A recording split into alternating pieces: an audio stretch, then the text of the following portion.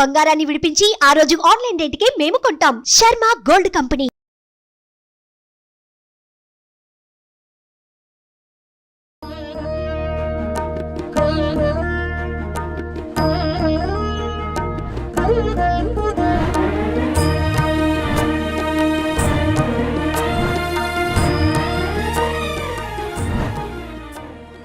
నమస్కారం, welcome to Suman TV.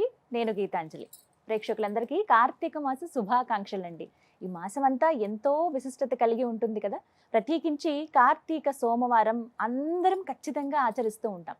అయితే 4 సోమవారాలు అసలు మనం ఏ విధంగా పూజ చేసుకోవాలి, ఆ శివుని ఆరాధన ఏ విధంగా చేయాలి, ఇంట్లోనే మనం పూజ చేసుకోవచ్చా, కార్తీక సోమవారం రోజు ప్రత్యేకించి మనం దేవాలయాలకు వెళ్ళాలా, దీపాలు ఎలా పెట్టాలి, ఎలాంటి నైవేద్యం పెట్టాలి, మనం ఉపవాసం ఉండాలి కదా, తర్వాత ఏం స్వీకరించాలి, ఇలా చాలా సందేహాలు ఉంటాయి. అసలు కార్తీక సోమవారం విశిష్టత ఏమిటి, ఆ రోజు విధిగా మనం చేయవలసింది ఏమిటి, ఈ 4 వారాలు మనం ఏం చేయొచ్చు, ఆ శివయ్య అనుగ్రహం అలాగే ఆ విష్ణుమూర్తి అనుగ్రహాన్ని ఏ విధంగా పొందొచ్చు తెలుసుకుందాము.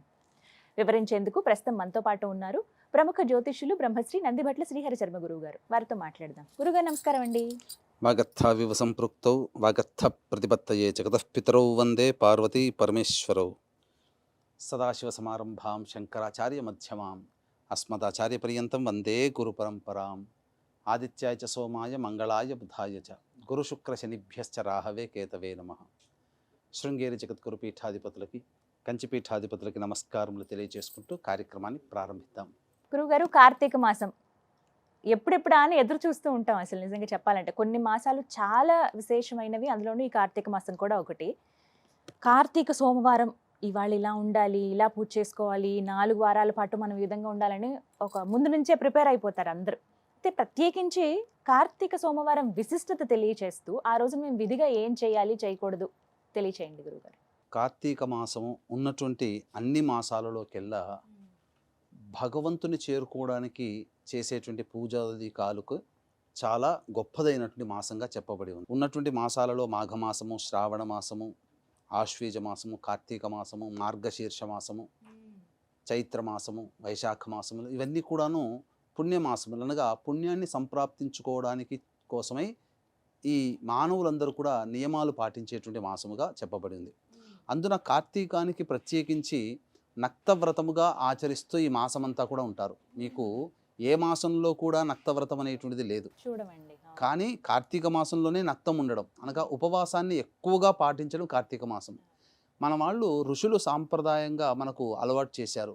కానీ ఈనాడు మనం గొప్పగా సైంటిస్టులుగా చెప్పుకొని నోబెల్ బహుమతులు పొందినటువంటి వాళ్ళనే గొప్పగా మన హీరోలుగా మనం భావిస్తూ ఉంటాం. అంటే నిజంగా వాళ్ళు ఎంతో గొప్ప ఎంతో పరిశోధన చేసి ఉంటారు వాళ్ళు.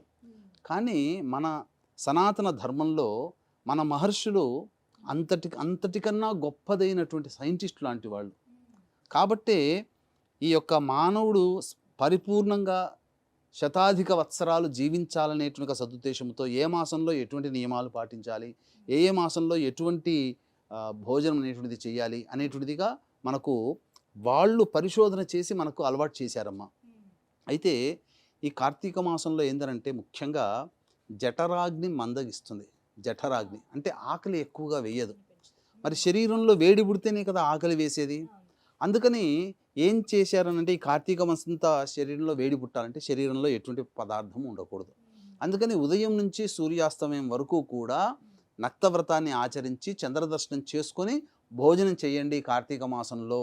ఇలా చెబితే వినరు అని చెప్పేసి కార్తీక మాసంలో శివకేశవులకి అభేదము కాబట్టి ఈ శివకేశవులకు సంబంధించినటువంటి కార్తీక దామోదర అని పెట్టుకుంటుంటాం వైష్ణవుని. ఈశ్వరునిగా చెప్పనక్కర్లేదు శివయ్య అనుకుంటూ. కాబట్టి వీళ్ళిద్దరికీ సంబంధించినటువంటి వాళ్ళు మతాల వాళ్ళు కూడా ఎంతో ప్రేమతో ఆరాధనతో చేసుకునేటువంటి మాసం ఈ కార్తీక మాసం. ఇది ప్రత్యేకంగా ఈ కార్తీక మాసంలో నక్తవ్రతాన్ని ఆచరిస్తూ ఎవరైతే చక్కగా ఈ సంబంధించినటువంటి కార్తీక పురాణాన్ని అనుసరించి ఏ విధంగానైతే వ్రతాది కార్యక్రమాలు చేసుకుంటారో వాళ్ళకి అఖండమైనటువంటి పుణ్యం సంప్రాప్తిస్తుంది అని చెప్పేసి మనకు చెప్పబడి ఉంది. అందున ముఖ్యంగా ఈ కార్తీక మాసంలో మనకు ఏ మాసానికైనా కానీ సోమవారం అంటూ లేదు. శ్రావణ మాసం అంటే లక్ష్మీ అమ్మవారు, ఆశ్వీజము అంటే ఖచ్చితంగా దశమి, ఈ విధంగా చెప్పుకుంటూ ఉంటాం. కానీ అలాగే ఈ కార్తీక మాసం అంటే సోమవారానికి చాలా ప్రత్యేకమైనటువంటిది. కాబట్టి ఈ సోమవారాలు అనేటువంటి విశేషంగా ఆరాధన చేసుకున్నటువంటి వాళ్ళకి శివయ్య అనుగ్రహం సంపూర్ణంగా కలుగుతుంది. ఎందుకంటే శివాజ్ఞ లేనిదే చీమైన కుట్టదు. చిన్న పని చేసినా, భక్తితో చేసినా, ఏ విధంగానైనా కానీ మూఢభక్తిని ప్రదర్శించినా, జ్ఞానభక్తిని ప్రదర్శించినా, తెలిసి చేసినా తెలియక చేసినా పుణ్యాన్ని సంప్రాప్తించబడేటువంటి విధానం ఏదన్నా ఉంటే ఈ యొక్క ఈశ్వర ఆరాధనలో ఉంటుంది. కాబట్టి మనకు ఒక బోయవాడు ఒక రోజు రాత్రంతా మేలుకొని ఉండి ఆ విధంగా చెట్టును పట్టుకున్నప్పుడు అయాచితముగా అతనికి తెలియకుండానే పట్టుకున్న చేతిలోంచి కొన్ని దళములు రాలిపోయి కింద ఉన్న శివలింగం మీద పడ్డది. ఆ దళములు బిల్వదళములు అయ్యాయి. ఆ విధంగా శివరాత్రి రోజున శివునికి పూజించినటువంటి విశేష పుణ్య ఫలితం చేత అతనికి స్వర్గలోక ప్రాప్తి అనేటువంటిది బోయవాడికి కలిగింది. అలాగే ఇలా అనేక సంఘటనలు మనకు శివారాధనలో ఉన్నటువంటి భక్తుల కథల ద్వారా మనకు తెలియబడుతుంది. కాబట్టి ప్రత్యేకించి ఈ శివుడికి ఆలవాలమైనటువంటి కార్తీక మాసం, ముఖ్యంగా ఉత్తరాది ప్రాంతంలో వాళ్ళైతే శ్రావణ మాసంలో ఈశ్వరుని భోలే బాబా అనేటువంటి నామంతో ఉచ్చరించుకుంటూ పలు దిక్కుల ఈశ్వరుని సందర్శించుకుంటారు. కానీ మనకు ప్రత్యేకించి తెలుగునాట ఈ కార్తీక మాసంలో, అలాగే తమిళనాడు సాంప్రదాయం ప్రకారమైన, కర్ణాటక ఈ దక్షిణ సాంప్రదాయం ప్రకారంలో కార్తీక మాసం ఈశ్వరునికి ప్రీతికరమైన మాసముగా ఉండి శివుణ్ణి అర్చిస్తూ ఉంటారమ్మా.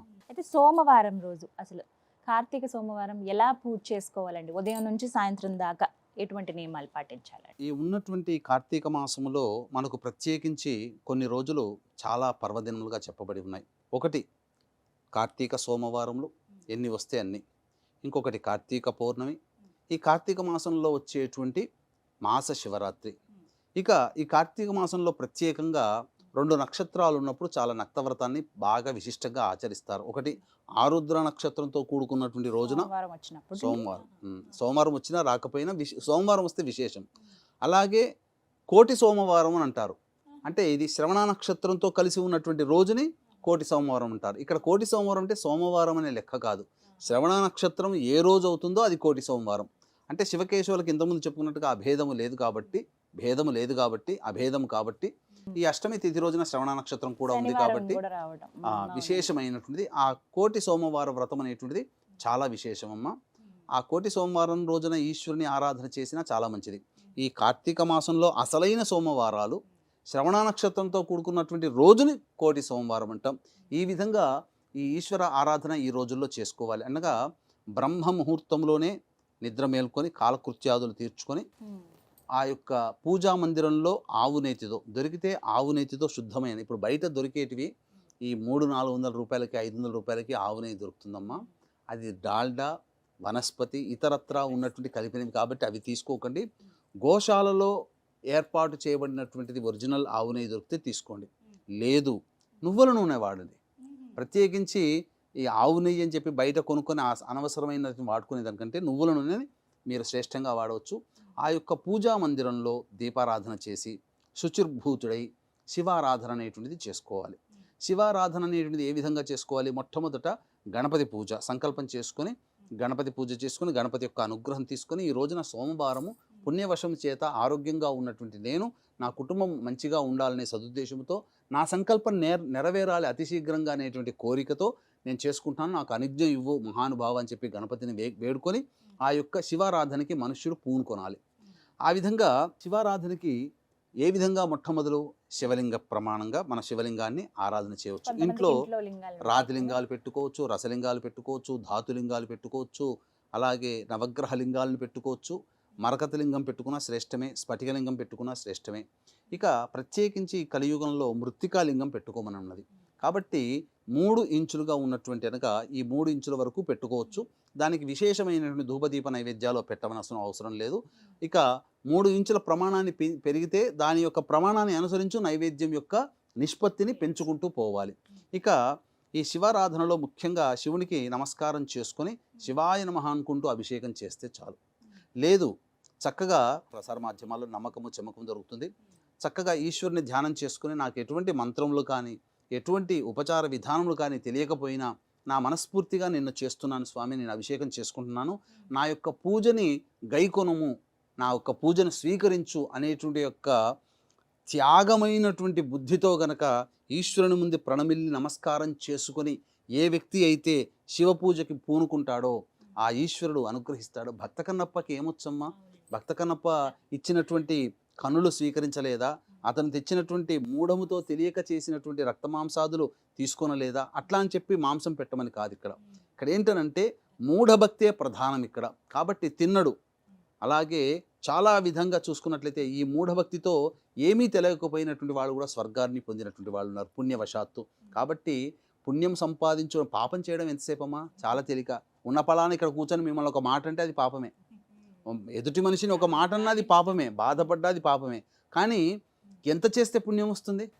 మరి అటువంటి పుణ్యము కొద్దిపాటి భక్తితో, కొద్దిపాటి పవిత్రమైనటువంటి మనస్సుతో మనం అక్కడ ఈశ్వరుని యొక్క పూజా మందిరంలో మనం కూర్చొని గనక చేసినట్లయితే చక్కగా ఉంటుంది.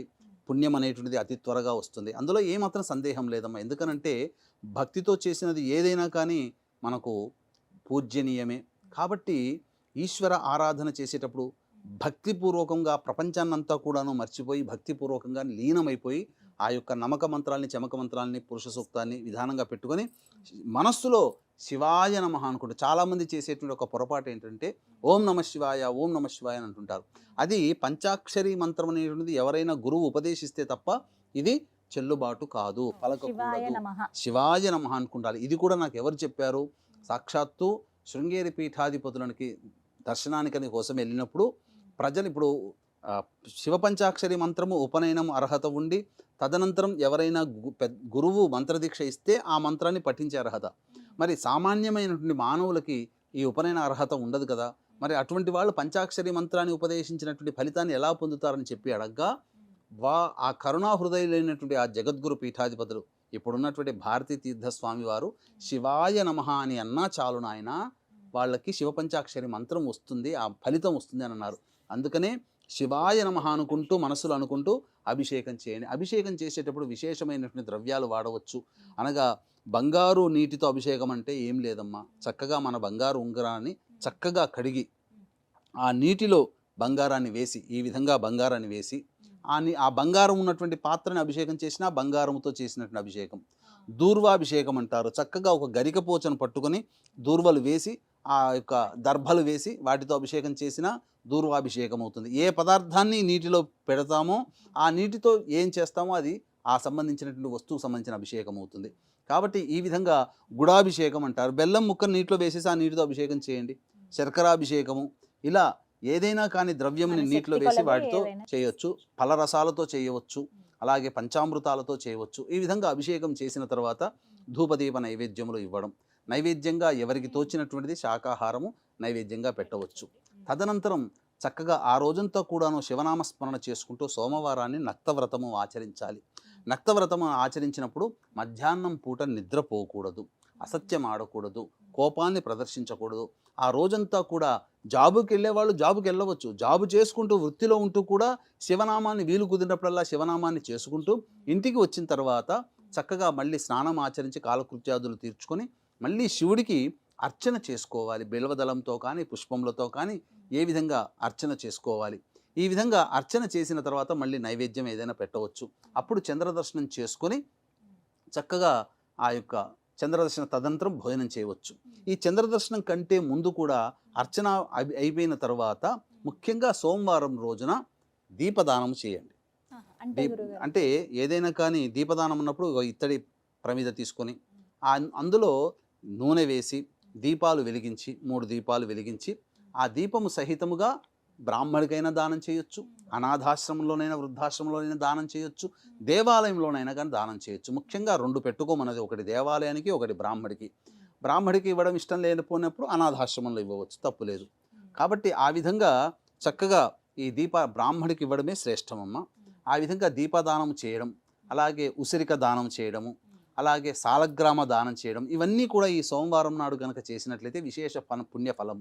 కాబట్టి మార్కెట్లో పచారీ షాపులో దొరికే సాలగ్రామాలు కాకుండా చక్కగా ఒరిజినల్ సాలగ్రామాలు తీసుకొని పూజ చేసుకోగలిగే అవకాశం ఉన్న బ్రాహ్మడికి దానం చేయండి, లేకపోతే దేవాలయానికి దానం చేయండి. ఆ మూర్తికి అభిషేకం చేస్తున్నప్పుడు అక్కడ పెడతారు, దాంతోపాటు ఆ మూర్తితో పాటు సాలగ్రామానికి అభిషేకం అవుతుంది. ఆ విధంగా సాలగ్రామ అభిషేకం చేయడము, ఉసిరిక దానం చేయడము. ముఖ్యంగా ఈ రోజున గనక అగ్ని పురాణాన్ని గనక దానం చేసినట్లయితే సంబంధించినటువంటి పౌండరీక యాగము చేసినటువంటి పుణ్య ఫలితం దక్కుతుంది. కాబట్టి మార్కండేయ పురాణాన్ని కూడా దానం చేసినా అదే విధమైనటువంటి ఫలితం దక్కుతుంది. కాబట్టి సోమవారం రోజున ఆ విధంగా దానాది కార్యక్రమాలు చేసిన తర్వాత అప్పుడు నక్షత్ర దర్శనం, చంద్ర దర్శనం చేసుకొని భోజనం ఆచరించవచ్చునమ్మా. ఈ విధంగా సోమవారం ఇప్పుడు 4 సోమవారాలు ఈ విధంగానే చేయాలి. 4 సోమవారాలు ఈ విధంగానే చేయాలి. కార్తీక పౌర్ణమి నాడు కూడా విశేషంగా ఈ విధంగానే చేయొచ్చు. ఇంకా దీప ప్రజ్వలనం అనేటువంటిది దేవాలయంలో, రావి చెట్టు దగ్గర దేవాలయంలో కానీ ఇంట్లో కానీ చేసుకోవాలి. అలాగే దీప ప్రతిమల చేసేటప్పుడు ప్రతిరోజు ఖచ్చితంగా 4 దీపాలు అనేటువంటివి పెట్టాలి. ఒకటి దేవతా మందిరంలో, 2 గృహము సింహద్వారం దగ్గర, ఖచ్చితంగా 1 తులసి దగ్గర పెట్టాలి. ఈ విధంగా దీపారాధన ప్రతిరోజు చేయాలి. ఈ యొక్క సోమవారాల పాటైనా కానీ దీపారాధన చేసి చక్కగా ఆచరించినట్లయితే నక్తవ్రతం ఆచరించాలి. అలాగే ఈ సోమవారాల పాటు కార్తీక పౌర్ణమి, మాస శివరాత్రి, కోటి సోమవారం రోజున బ్రహ్మచర్య వ్రతాన్ని ఆచరించాలి. ఎంత దంపతులైనా కానీ దాంపత్యము కూడదు అనేటువంటి విషయాన్ని గమనించుకోవాలమ్మా. ఈ 4 ఒకవేళ మధ్యలో ఎప్పుడైనా ఆటంకం వచ్చింది అనుకోండి, అది తర్వాత వారం అలా చేసుకోవచ్చు. తర్వాత వారం మధ్యలో ఏదైనా ఆటంకం వచ్చినా కోటి సోమవారం అనేటువంటిది ఒకటి ఉంటుంది. ఆ యొక్క శ్రవణ నక్షత్రంతో కూడుకున్నటువంటి రోజున కనుక చేసుకుంటే తప్పకుండా ఆ యొక్క సంబంధించినటువంటి ఈశ్వరానుగ్రహం కూడా కలుగుతుంది. చక్కగా వివరించారు గురుగారు, ధన్యవాదాలండి. సర్వం శ్రీ ఉమామహేశ్వర పరబ్రహ్మార్పణమస్తు.